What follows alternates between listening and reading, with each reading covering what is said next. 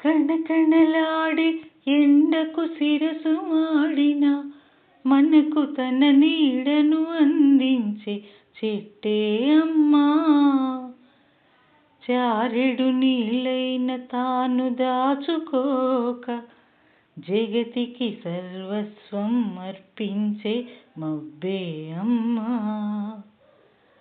ఆ అమ్మలనే మించిన మా అమ్మకు, ఆ అమ్మలనే మించిన మా అమ్మకు రుణం తీర్చుకోలేను ఏ జన్మకు. కంటేనే అమ్మ నీ అంటే ఎలా, కరుణించే ప్రతి దేవత అమ్మే కదా, కన్న అమ్మే కదా.